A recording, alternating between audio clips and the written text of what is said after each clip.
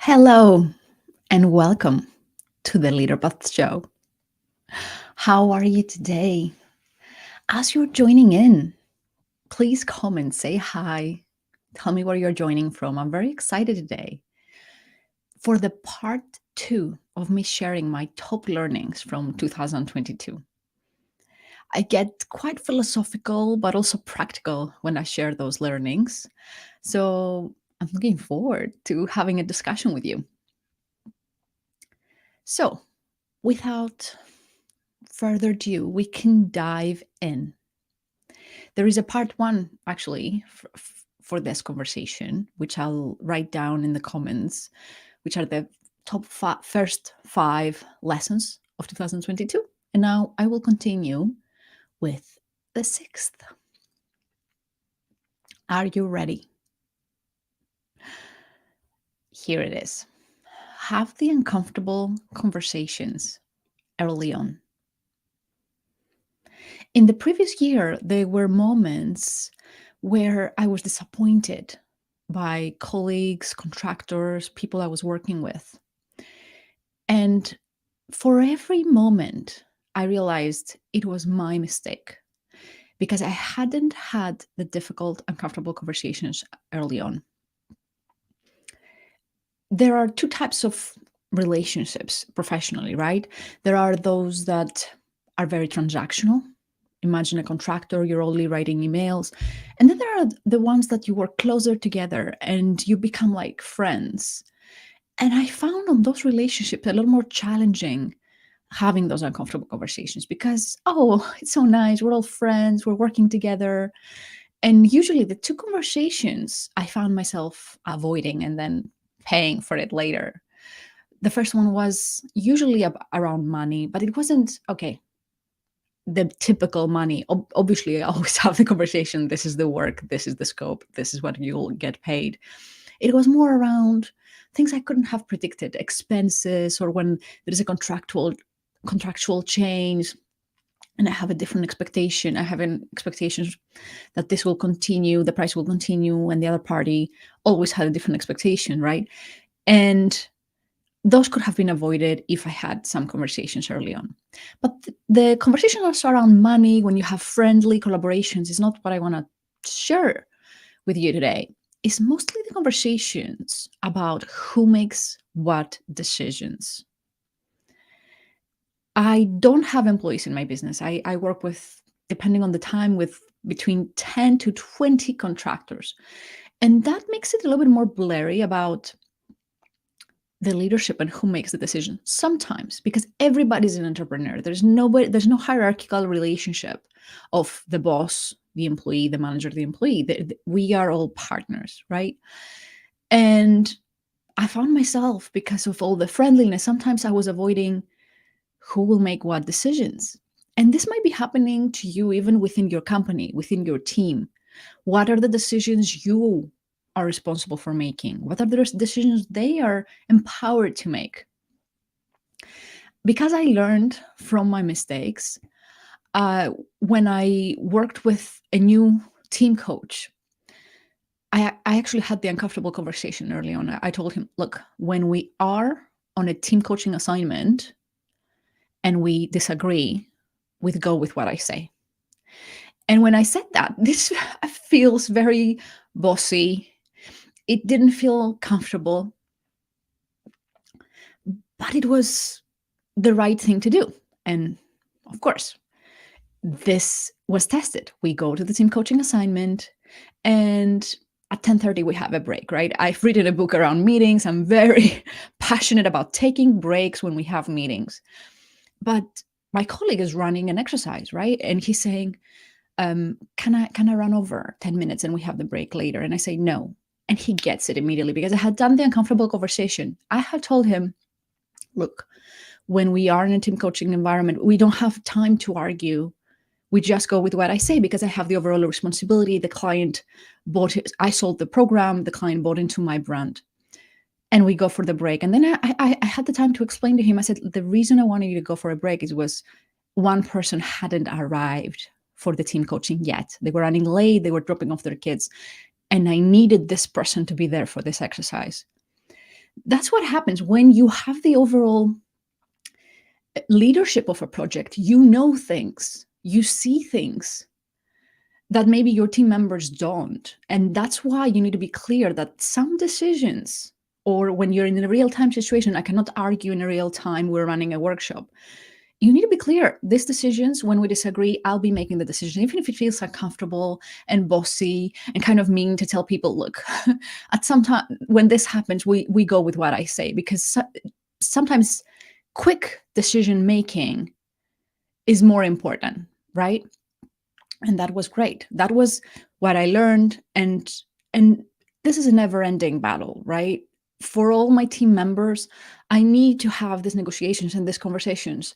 This is the area that you can go run wild and use your creativity. And I trust you. And this is why I hired you, for this expertise. This colleague, this team coach, when he is running one exercise or one piece on the team coaching, I totally trust him. I totally delegate that, because that's why I hired him, to help me and bring his expertise. But there are other areas that we need to be clear. Look, I'm making this decision. And for those of you who are entrepreneurs, I had to have conversations this year of, look, I'm the one running this business, whether people like it or not, because people start having opinions around the business, right? And we have to have those conversations. Any questions on having the uncomfortable conversations early on, let me know. Hello, Manoj, LAUK. Lovely to have you here. Right, I will switch gears and I'll move to a little bit more spiritual learning. Enlightenment is the ability to observe your thinking without being sucked into it. This is not my quote. I read it somewhere. I don't remember where, but it was such a simple definition of enlightenment, and it really resonated with me. And I had this experience. It was like almost an out of body in the previous year. I'm in the car with the kids, and we're traveling. We're doing a road trip around 3 hours. And the kids had taken my phone because they needed to be entertained during the road trip, or we were listening to music. And then I receive a WhatsApp. When I'm away on holidays, I don't check emails, but there were a couple of projects that I had given my WhatsApp to the clients. I said, if there's something urgent, WhatsApp me and I will respond. And there was a WhatsApp from a new, really big client, and they had, they needed an answer. I needed an answer to answer them. And I'm going to record my voice message on WhatsApp. And at this moment, the phone dies. And I know I don't have battery, that I won't be able to answer them for a couple of hours. And what happened then it was like the out of body or out of mind experience. I started observing my thinking, and what my mind started doing, it started trying to find someone to blame. Maybe it was my kids' fault that had taken my phone and they had exhausted the battery. Maybe it was my fault that I'd given the phone to the kids. And I was making a big deal that I would delay to answer this clients a couple of hours. This was not a big deal, right? It was not like an urgent need to reply. This was me and the client planning a team coaching assignment. And I saw the thoughts, and I realized to myself, this is ridiculous. Look what my mind is doing. Oh, my mind is trying to find someone to blame.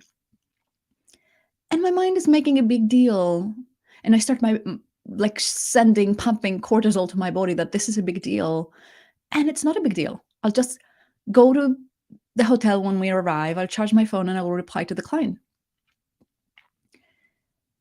This was such a strong experience. It sounds trivial, but the fact that I was able to observe from such a distance the ridiculousness of my thinking, this was an enlightenment experience, because then I started reading about enlightenment. And And this is what it is. This is not, enlightenment is not so far, nirvana, do 30 years of meditation and become a Buddhist monk. As long as we can stop identifying with our thinking, as long as we can observe it and sometimes see for the ridiculous things that our mind is usually doing and not be identified or sucked into it. Being sucked into it would be lashing out to my kids, for example. That would be ridiculous, right? But the fact that I was able to see what my mind was trying to do, it was an incredible experience. And I wanted to share it with you. Enlightenment is the ability to observe your thinking without being sucked into it. So I'm wishing a lot more enlightened days for all of us in 2023. Any questions around this? Let me know before I move to number 8. All right, let's move on. Resisting the bad, clinging to the good, both hold you back. One of the most transformational books for me that I read in 2022, it's Michael Singer's Living Untethered. And this was one of the key ideas in the book. What happened was I saw myself, again, during holidays. By the way, I took 12 weeks of holidays in 2022. And one of my learnings is most of my breakthroughs and most of the contracts closed happened during holiday. It's unbelievable. Contracts, the TEDx invitation happened while I was on holiday, but also the TEDx idea happened while I was on holiday. All this enlightenment and transformational experiences happened while I was on holiday. It's incredible what happens, how much we advance when we allow the space to process, to reflect, to stop thinking, to read books. And it's a shame that our way of working does not allow for a lot of that. It was a huge learning for me in 2022. Anyway, I'm in the holidays and I realize I'm overreacting again to a client message. And I'm thinking, okay, why am I overreacting to this? And when you are overreacting, it's usually because it reminds you of something from the past that you haven't processed, you haven't released. And because I had read this book of Michael Singer, it introduced me to the concept of samskaras. This is an Hinduist term, which is samskaras is blockages, right? When you have an experience that and you resist it, you don't allow the emotions to, you feel, let's say a negative experience, and you don't allow the emotions or you resist it, what happens is you're suppressing and then you create a samskara and you carry it. And then because your body wants to release this, when you get triggered for something that reminds you of this, the emotions come up.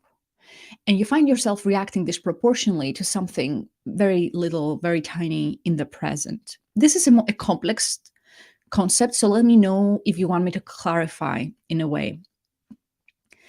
So what happened is I'm overreacting to something a client said, and I'm thinking, okay, I'm overreacting. What is it that I need to release? And I realized maybe I need to release the idea, the samskaras related to making a mistake, because I hadn't explained something to a client, the value of a program, and they wanted the program removed from the proposal. And I felt, oh, I didn't do a good job explaining the value of the program. But I was feeling sad about it, and I shouldn't, right? Okay, they don't want the program, is no big deal. But it brought up some samskaras of having made a mistake, the fact that I hadn't explained it well. So what I did overnight is I revisited any mistakes I still felt I was carrying with me, and I let the pain come up, and I stayed in pain. I don't know for how long. And then in the morning, I felt the biggest joy I had ever felt in my life. This night, it was like years of therapy. All I did was stay with the feeling, okay, I've made whatever, some mistakes. Let me stay with the pain of feeling being wrong, this painful feeling. And you know what? I realized I didn't stay that long. What was it? I don't know. Like, I lost track of time, but let's say I stayed in pain for 2 hours, and then I let it go. And then it was like I opened the space for the biggest joy to come out, because I do believe our inner nature, it is joy, and is our thinking and are some scars that are blocking the joy and the happiness and the contentment and the peace, which is our true nature. When you see children, when they're babies, unless they're hungry or tired, they're always happy, right? Our true nature is happiness, and it's this uh, experiences that we're resisting and then we're storing, and they become some scars that block that. So I had this experience as well in 2022 of, oh my goodness, sometimes in order to access the biggest joy of our lives, all we had to do is just release old unprocessed pain. But Michael Singer was also saying that it's not just resisting the bad things that are happening, it's also clinging to the good things. And I found myself in a yoga class by the beach, and I was really enjoying it, right? It was beautiful.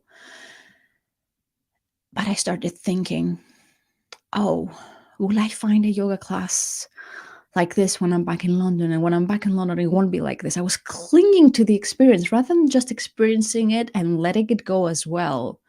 I was trying to cling to it. And by clinging, I was ruining it, right? Because instead of enjoying it, I was thinking, how can I sustain this for the future? And I remember there was a friend in this holiday, and she had just gone to a different resort, and it was amazing. So she was comparing everything in our holiday with the previous resort she had gone. And I told her, look, what's happening is you're clinging to that experiences you had a month ago to this other resort, and you're not experiencing the now. So what I did, and this was a big aha moment, again, from Michael Singer's work. When I came back to London, I signed up to yoga. I had given up yoga because it wasn't like the yoga I had done in Thailand. I had given it up for years because I had clung to the yoga I had done when I lived in Thailand. And I was saying, in London, the yogic structures are not that good, and there's noise from the cars. And when I was ready to just stop comparing the now with what the nice thing that was back then, magically, I found the perfect yoga instructors. I found the studio that's far away from the cars. It has been incredible. So, resisting the bad or clinging to the good, they're still they are blocking of ourselves really experiencing the now and letting it go. Experiencing the now and letting it go. A quote comes to mind from De Mello, which was also really important for me this year. And Anthony De Mello, he's a Jesuit, I think, writer. And the quote was, at some point, you will realize that the golden necklace you're pursuing is hanging on your neck. And the snake you're afraid of on the floor is nothing but a rope. I'm paraphrasing, I'm not using the exact words. That quote was also so powerful in terms of a lot of times we're pursuing things, but we already have them. As I said, happiness is inside of us. Or we're worried of things. Like I was worried about not answering to the client within a 2-hour time frame. And this was just a rope. And my mind was making it a snake. And the more we store things from the past, the more we are pursuing necklaces, and the more we're afraid of snakes, which they're actually ropes. I hope that makes sense and is as helpful to you as it is to me. I do recommend Living Untethered, Michael Singer's book, and also any book of Anthony De Mello. I read on Kindle, so I can't find most of his books on Kindle. I found one this year, and I found this gem, and I really loved it. Let's move, if you don't have any questions, to learning number 9. Be the path of least resistance for awesomeness for your loved ones when it feels right. Uh, I want to talk a little bit about wealth, relationship with money. This was something I worked on this year.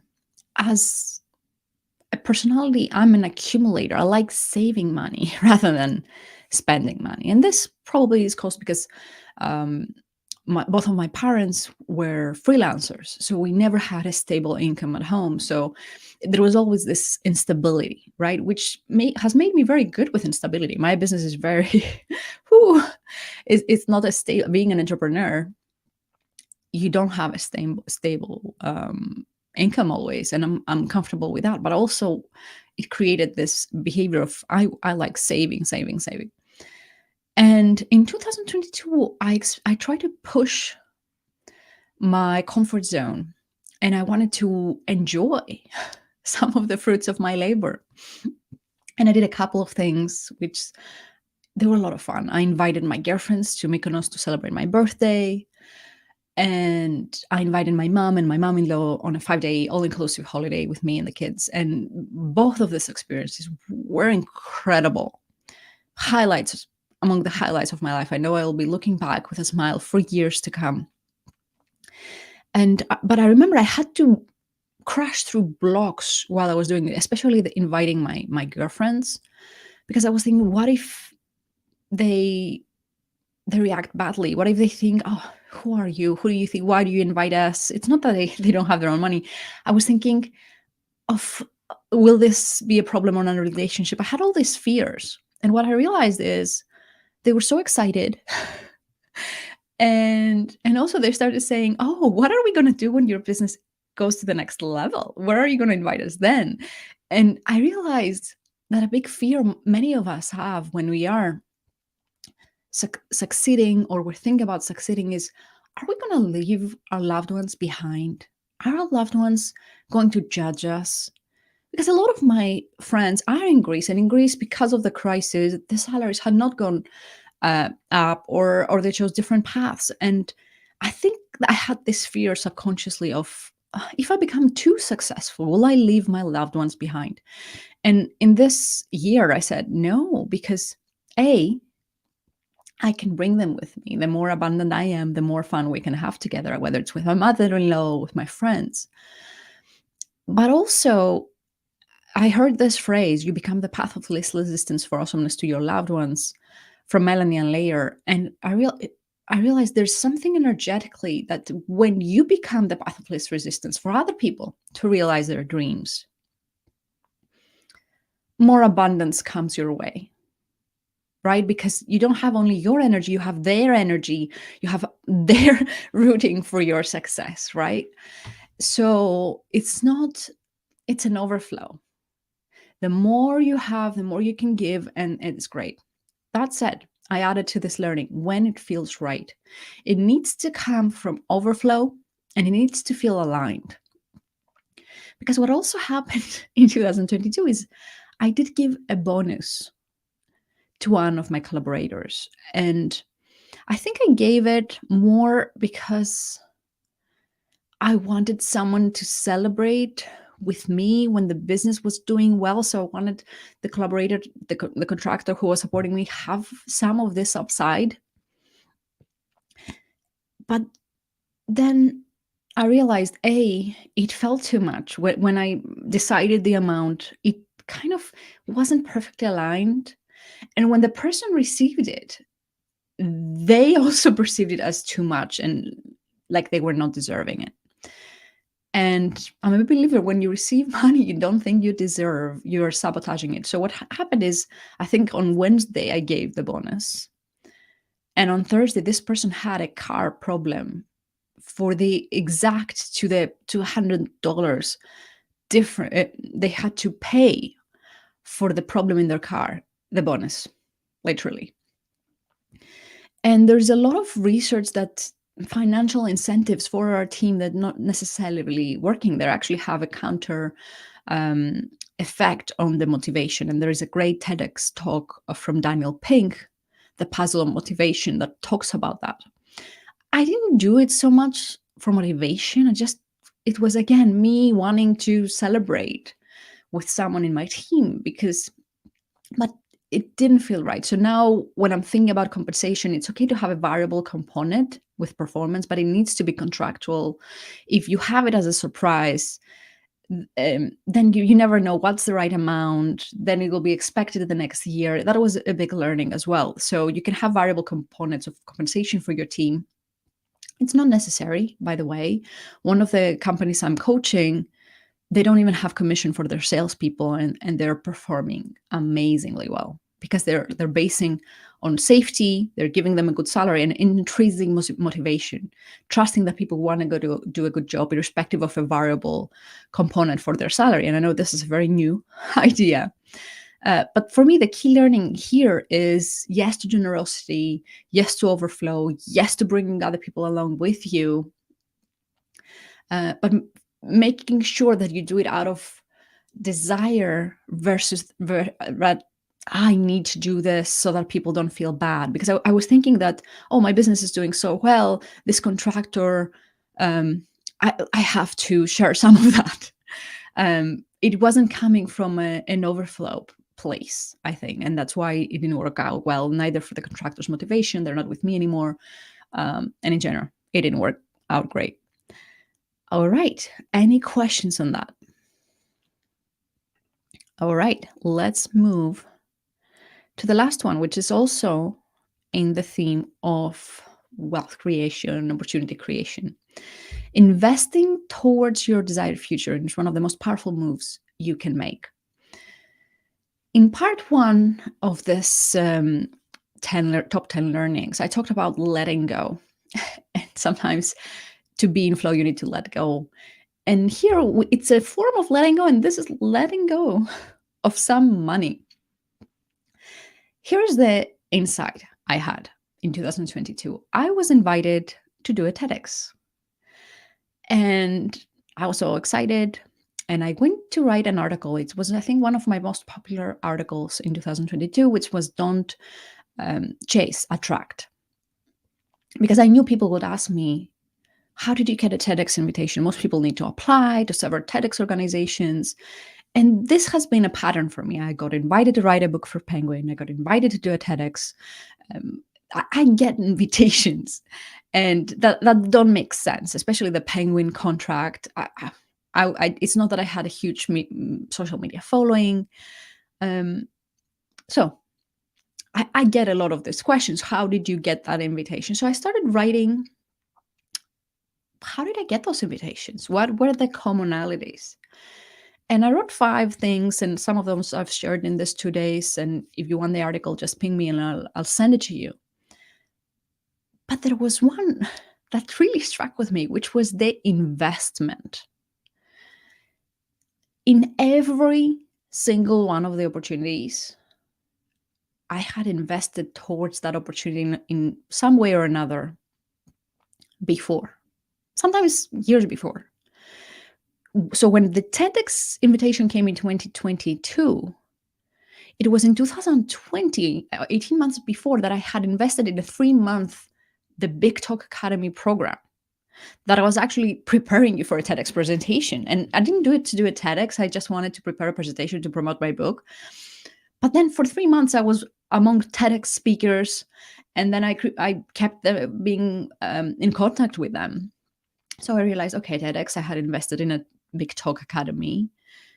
And that was the big aha moment. I was thinking, okay, Penguin, when they reached out and asked me to write a book, I realized that the month before, or maybe a few weeks before, like a couple of weeks before, I had invested in the KPI Accelerator in London, which was one of the key elements of the accelerator, was helping you write a book and self-publish it. So I'm investing in an accelerator to help me write and publish a book. And then Penguin 2 weeks later reaches out. And similarly, right, for when Google reached out, I had invested in my INSEAD MBA, etc. So some of these examples. So how does investing These people didn't necessarily know that I had invested. I actually think they didn't. But I believe there's something there when you're making a move, especially for me that I'm a saver. Like, I like to keep my money, I don't like to giving it away. Making that move builds your confidence, because what you're saying to your subconscious is, I believe in my vision and I'm willing to bet my own money on it. And when you have this type of confidence, more ideas will come in, and also you'll start spotting opportunities, and you also surround in those investments, which are all education investments. And some investments were not education, by the way, like hiring an assistant helped me get bigger projects, or hiring a team, or all those things. Investments towards your vision prepare you for this vision, because your confidence is different, and that shows in the world. Let me see a comment. Building trust and positive work relationship with each other on a continuous improvement journey for achieving collaborative outcome with positive flow. That's a great comment. Thank you. Building trust and positive work relationship, continuous improvement. Yes, it is a journey, right? You're never done. All right. So, if you can write which one of the learnings resonated with you, let me repeat them. Have the uncomfortable conversations early on. Think about what uncomfortable conversations are you avoiding, especially with people who are colleagues or coworkers and you have a friendly relationship, but you need to have some tough conversations. We need some clarity. As we say, business is not a family, it's a high-performing team, and you need some boundaries, and you need some responsibility, and you need some clear leadership to have a high-performing team. Enlightenment is the ability to observe your thinking without being sucked into it. Where can you find opportunities to do that? It's not always easy, by the way. And a lot of the times, the easiest way to do this is journaling, because then you can read your thinking and see, oh, this is ridiculous. I'm thinking ridiculous things. Resisting the bad, clinging to the good, both hold you back. And by the way, the resisting the bad, in the previous episode, I don't know if you saw it, the internet kicked me out 4 times. And I think because of this work I did in 2022, I'm a lot more comfortable when I don't like reality to not resist reality. Reality is what it is, and you cannot fight it, because if you fight it, you're going to lose every time. And this was a test in front of you last week. I was kicked out 4 times. But it was what it was, like being in traffic or having bad weather, resisting the weather, resisting the traffic. What's the point of resisting my bad connection? There's nothing I can do about it. So why would I bang my head against the wall and being upset about what is? It doesn't make sense. That said, if there was something that I was feeling things, I would allow the feelings. I wouldn't try to suppress them either, because I don't want to carry them in the future. Number 9, be the path of least resistance for awesomeness to your loved ones when it feels right. What fun things would you like to do in 2023 with your loved ones? How can you be generous, even if it is a little thing, inviting people for coffee, or the small things, being an overflowing fountain of goodness, or the path of least resistance for people to do their things? Investing towards your desired future is one of the most powerful moves you can make. What is the thing that you like to invest towards? Let me see one more comment. Clarity and focus on self-development to grow. Thank you. So this was it for today. I will see you next week. I don't know what I'm going to talk about. I'll see next week. It will be wonderful. What I wanted to share before I drop off is an opportunity to join my newsletter, the leaderpath.com sign up. I do write bi-weekly and exclusive content. And also I will want to leverage this community. I want to do pre-sale only to the newsletter when I have a program coming in a special price before I launch on social media, because I do want to reward the readers of my newsletter. So if you're not there, get there, because and And if you're interested in reading thoughts and articles, if you like this show and you're still with me, I think you will enjoy the newsletter. And I am planning of giving some exclusive prices and benefits to the newsletter community before a pre-sale in the newsletter, before my upcoming programs, coaching programs, are coming to the world. This was fun. Thank you for tuning in. If you're catching this in replay, comment as well so that I come and say hi and I get excited. And talk to you next week. Same time, same place. Take care.